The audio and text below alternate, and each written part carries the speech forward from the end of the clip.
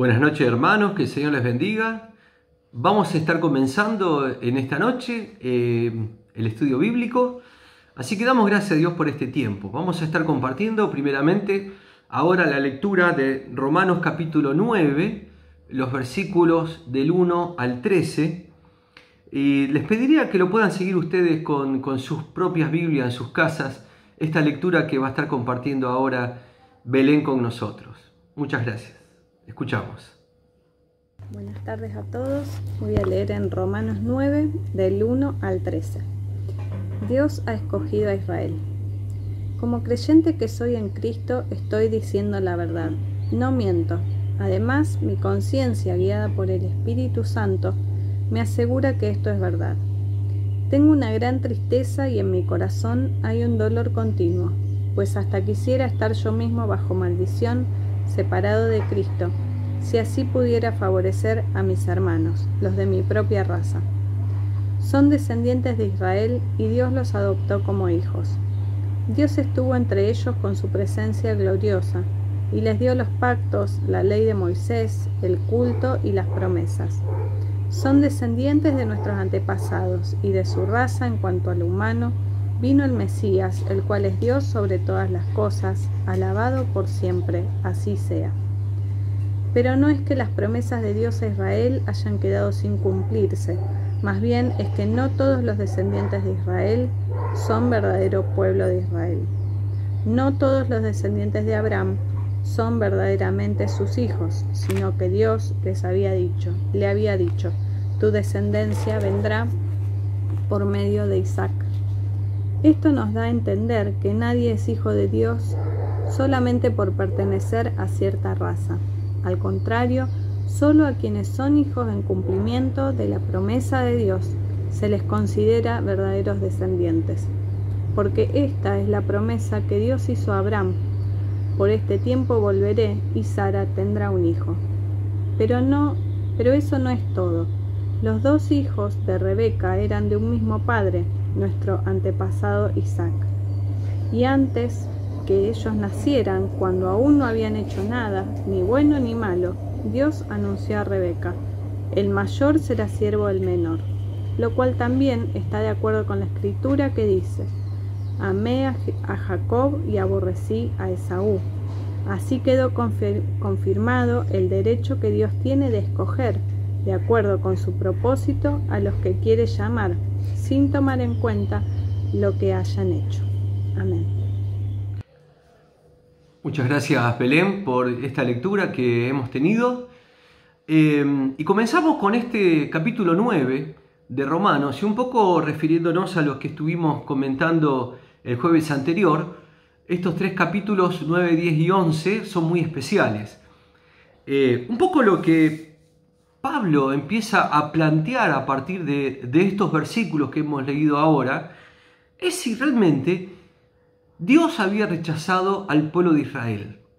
Si esta es la gran pregunta, este es el concepto básico de lo que él ahora vamos a ver cómo se pregunta y se responde él mismo con respecto a, ¿acaso todo lo que pasó, todo lo que él estaba viviendo en ese momento? Acuérdense que años 57, 58 después de Cristo, él todavía estaba en la esencia del pueblo de Israel, de los religiosos del pueblo de Israel, esto tan ofensivo, tan duro que había sido el hecho de haber matado, crucificado al Mesías, y de saber que había resucitado y cómo habían encubierto ellos mismos esto que por su religiosidad no podían entender, estaban cegados, no podían ver esta realidad a partir de la cual empieza todo este movimiento después de Pentecostés. Realmente Pablo, cuando escribe en estos 6 primeros versículos de Romanos 9, una vez más Pablo abre su corazón y lo abre de una manera sincera, con esta angustia, con este dolor, porque justamente él, a partir de estos versículos uno puede entender y ver cuánta pasión tenía Pablo por las almas, por su pueblo, por sus hermanos, por su familia, para que conozcan a Cristo, para que no sigan dando la espalda a esto nuevo que Cristo estaba haciendo en medio del pueblo, en medio de este movimiento que el Espíritu Santo estaba realizando con señales, con palabras, con prodigios, a partir de esto que el pueblo estaba comenzando a vivir en esta nueva era de la gracia de la iglesia, de aquellos que aceptaban a Jesucristo como Señor y Salvador, lo cual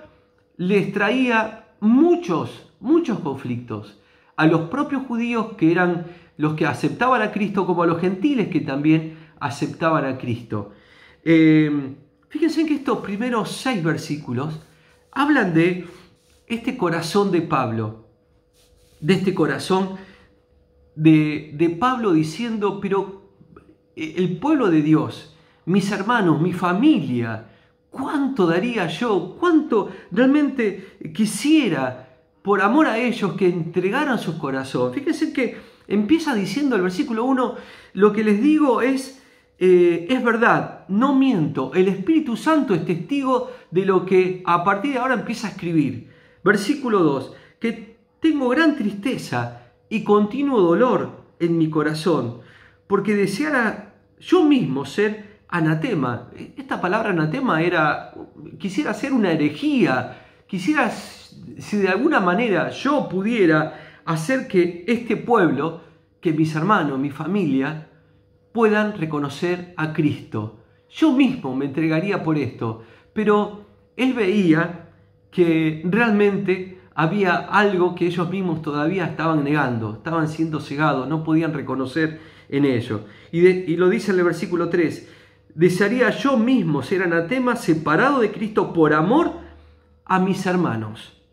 Por amor a mis hermanos, los que son mis parientes, según la carne. Y acá empieza a describir en el versículo 4 estas cosas. Dice, porque son israelitas, de los cuales, y empieza a describir, son la adopción, la gloria, el pacto, la promulgación de la ley, el culto, las promesas, de quienes son los patriarcas, y de los cuales, según la carne, hasta Cristo mismo vino, el cual es Dios sobre todas las cosas y bendito por todos los siglos. Es como que Pablo dice, pero teniendo todo lo que Dios hizo a través del pueblo de Israel y que llegó al momento del pacto, del momento en que vino su propio Hijo Jesucristo a nacer, a vivir, a proclamar el año agradable, ellos mismos que tuvieron la gloria,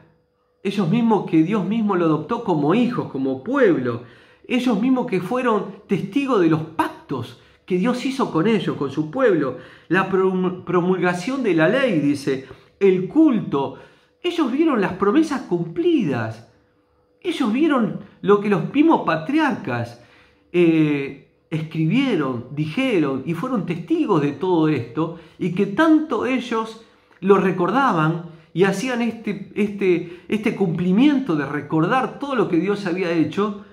Termina diciendo en el versículo 5, ellos mismos no pudieron reconocer al mismo Cristo que vino de este mismo pueblo, este Cristo, el cual es Dios sobre todas las cosas y bendito por todos los siglos. Y realmente yo creo que a nosotros nos hace pensar seriamente en esto, porque, no estamos acá para juzgar al pueblo de Israel, pero sí para aprender en el Espíritu estas cosas que el mismo Pablo estaba exponiendo. Uno puede decir, yo puedo ser testigo de las cosas que Dios está haciendo en mi familia, en mi iglesia, con mis amigos. Yo puedo ver la gloria de Dios en las cosas que está haciendo en este tiempo. Yo puedo ser testigo de ver el mover de Dios de muchas maneras. Pero no por eso significa que lo reconozco como Señor y Salvador y que soy su hijo. No es mi familia la que me va a salvar. No es mi iglesia la que me va a salvar. No es mis amigos que puedan estar en Cristo que me van a salvar. Soy yo el que decido. Soy yo el que realmente, cuando veo el accionar y la obra del Espíritu Santo y de lo que Cristo mismo hace en otros, el que decido qué hago con esta realidad que estoy viendo, que la estoy palpando. No es una denominación, no es mi iglesia, soy yo, ahora. ¿Hago lo mismo que el pueblo de Israel? Cuando veo todo esto, todas estas señales, todo esto que Dios mismo está haciendo, ¿lo reconozco o sigo cegado, sigo cerrado en mí, en mis pensamientos, ante tantas maravillas que vemos de Dios? ¿Acaso no le damos el lugar a este Señor, a Cristo, como dice en el versículo 5, que Él es el Dios sobre todas las cosas y que Él es el bendito por los siglos? La diferencia entre ser hijo de Dios o no ser hijo de Dios es tener a Cristo en tu corazón. No es conocer. ¿Saben? A veces uno se piensa y escucha cuánta gente sabe de nuestra iglesia, de lo que pensamos, pero llegan hasta ahí. Ahora, la decisión final de aceptar a Jesucristo como Señor y Salvador siempre queda en ese lugar. Y sin embargo, eso es ver el accionar de Dios, pero realmente lo que me hace hijo de Dios es reconocerle. Dios puede manifestarse de muchas maneras, en muchos lugares. Ahora, de nada me sirve verlo si no lo acepto y si no lo recibo. Solo lo que vale es tener a Cristo como Señor y Salvador. ¿Cuánta pasión vemos acá en Pablo por ganar esas almas? Por estas almas que siguen dándole la espalda a la realidad de todo lo que hizo Dios a través de su pueblo. Ahora, la pregunta es también para nosotros hoy, ¿tenemos esta misma pasión de ver a mi familia, de ver a mis amigos, que realmente puedan estar viviendo esta realidad transformadora, poderosa, de reconocer a Cristo como Señor y Salvador?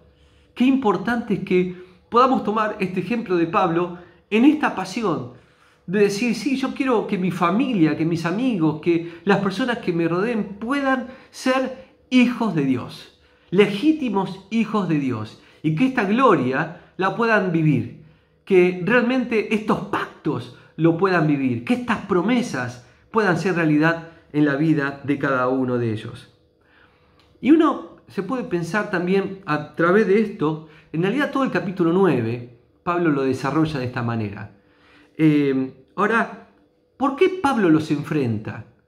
¿Por qué Pablo a través de toda esta carta hace este paréntesis y va derecho a hablarles al pueblo de Israel? ¿Por qué los enfrenta? Porque él veía que el orgullo espiritual que ellos tenían, con toda su cantidad de ritos y cuestiones, este orgullo espiritual, estaban cegados por no ver esta realidad que ellos mismos estaban transmitiendo, proclamando y viviendo en otros. Porque aún con todo lo que habían visto y vivido, no le seguían, no le reconocían, no habían todavía poder ver que realmente Cristo era el Mesías, que Jesús era el Mesías. Ahora, Pablo no le estaba diciendo nada nuevo, no lo estaba enfrentando de una manera nueva.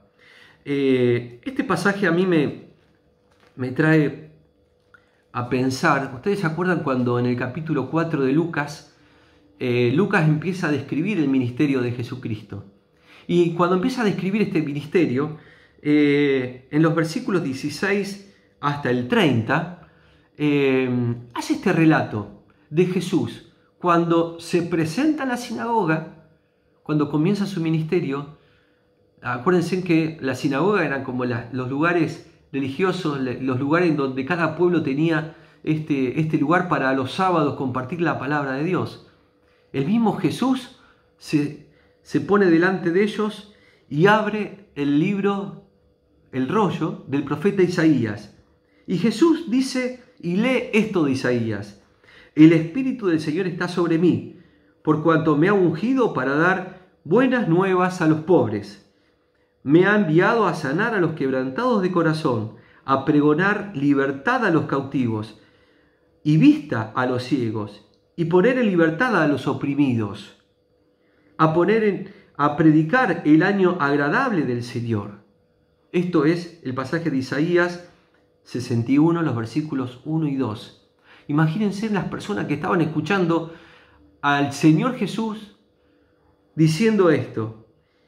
Versículo 20 dice, y enrollando el libro, los dio a los ministros y se sentó, y los ojos de todos en la sinagoga estaban fijos en él. Y fíjense lo que dice el versículo 21.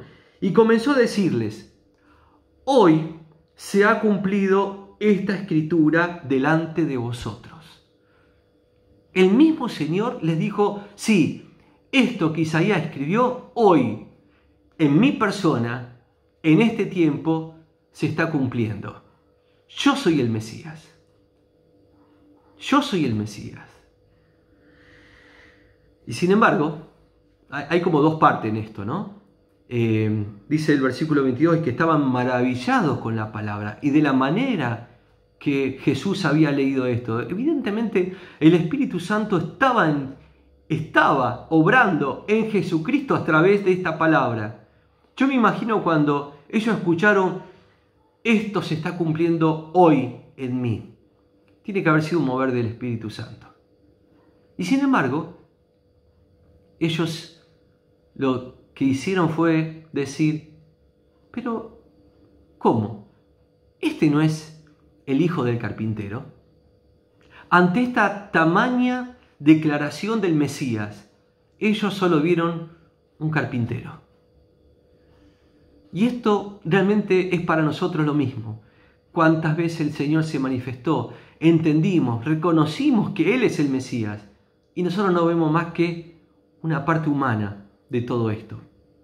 Ahora, cuando Jesús ve que ellos no le están reconociendo, Jesús los lleva a un terreno en donde, como Pablo, los enfrenta.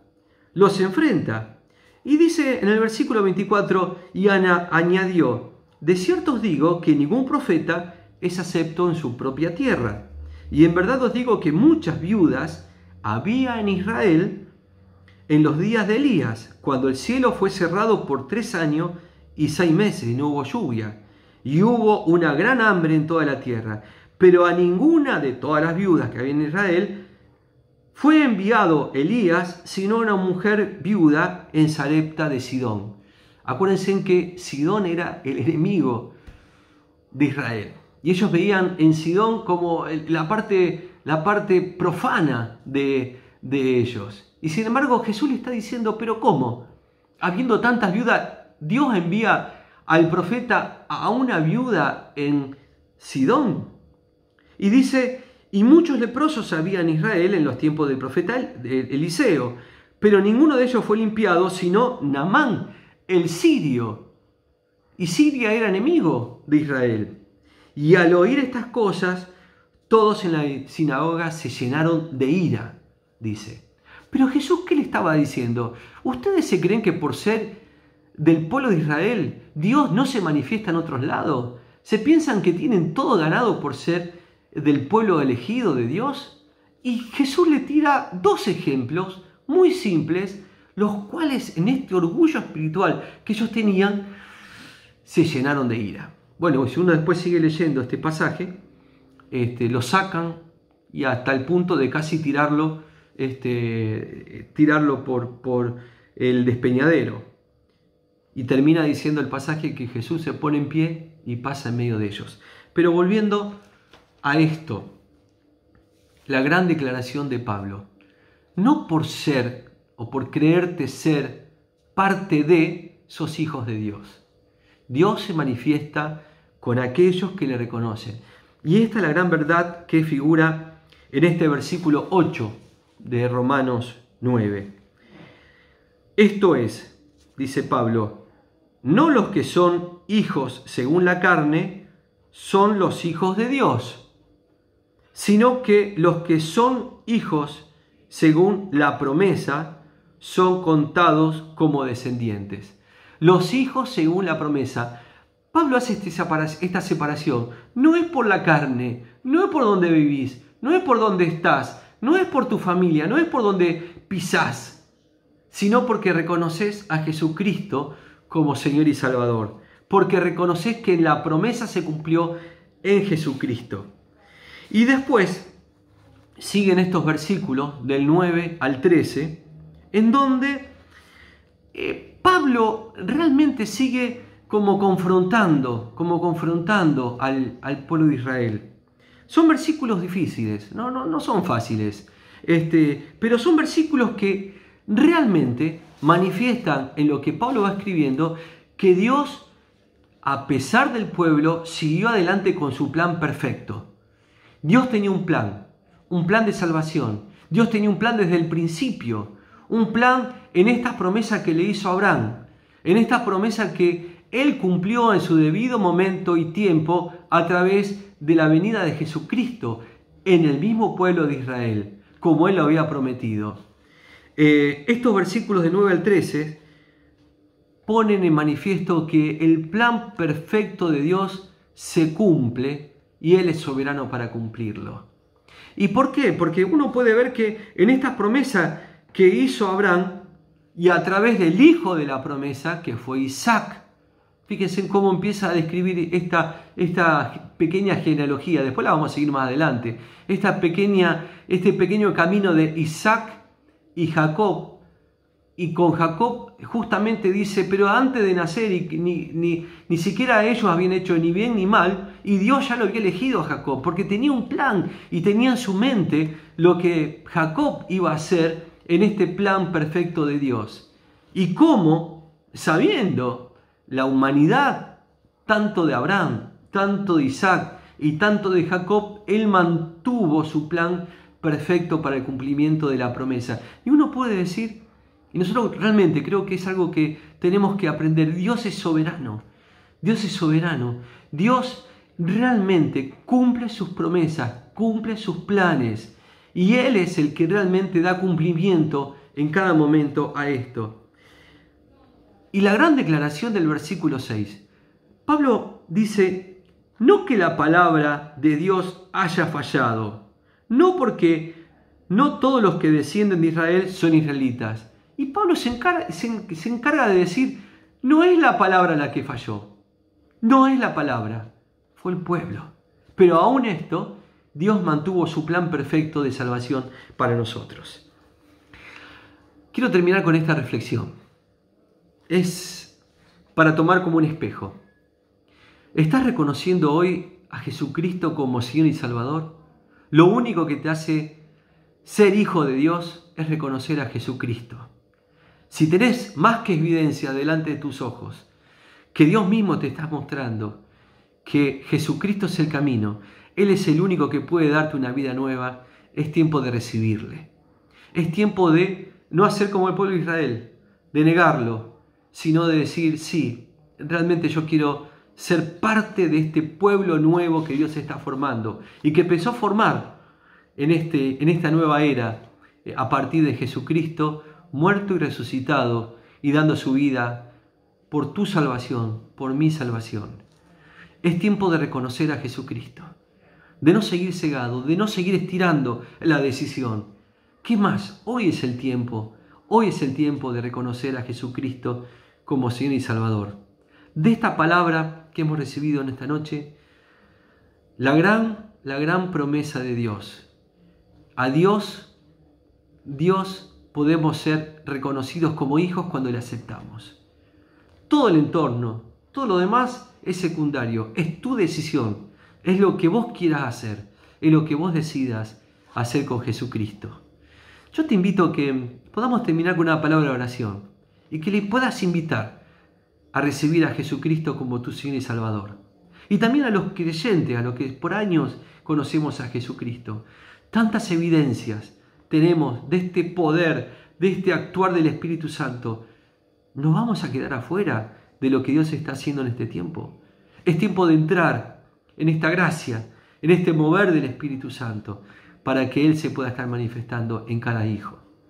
Te invito a que oremos, que me puedas seguir con esta oración. Y amado Padre Celestial, Señor, queremos hoy recibirte como Señor y Salvador. Queremos reconocerte que en la muerte de la cruz y al dar tu sangre preciosa por cada uno de nosotros y al resucitar al tercer día, es que yo, reconociéndote, Señor, puedo ser salvo. Yo, Señor, te recibo como mi Señor y Salvador, te recibo como el Señor de mi vida, como aquel que pueda transformar mi corazón y que pueda librarme del pasado, de las angustias, para llevarme a vivir en esta plenitud de Cristo. Te recibo, Señor. Y también, Padre, queremos ponernos nosotros como hijos tuyos, Señor, para poder vivir en esto que tú estás haciendo en este tiempo, en medio de este pueblo. Oh, Señor, que estas cosas que oído nunca oyó, ni ojos vio, ni siquiera hemos entrado en pensamiento, de estas cosas que tú estás manifestando en este tiempo a través de tu palabra. Queremos ser parte de este pueblo glorioso que avanza con esta pasión de llevar tu palabra a otros y de vivir en esta plenitud que hay en Cristo Jesús. Señor, nos ponemos en tus manos y clamamos, Padre, para que tu Espíritu Santo se manifieste en este tiempo en medio de tu pueblo. Oh Señor, queremos ser parte de este pueblo que está viendo en ti, Señor, la salida, la salvación, la transformación de nuestras vidas y de la vida de nuestra familia, de nuestros hermanos, de nuestros amigos. Señor, te reconocemos, nos ponemos en tus manos y te damos a ti la gloria y la honra por siempre. Amén. Amén. Que el Señor te bendiga. Seguimos el jueves que viene, continuando con el capítulo 9 de Romanos.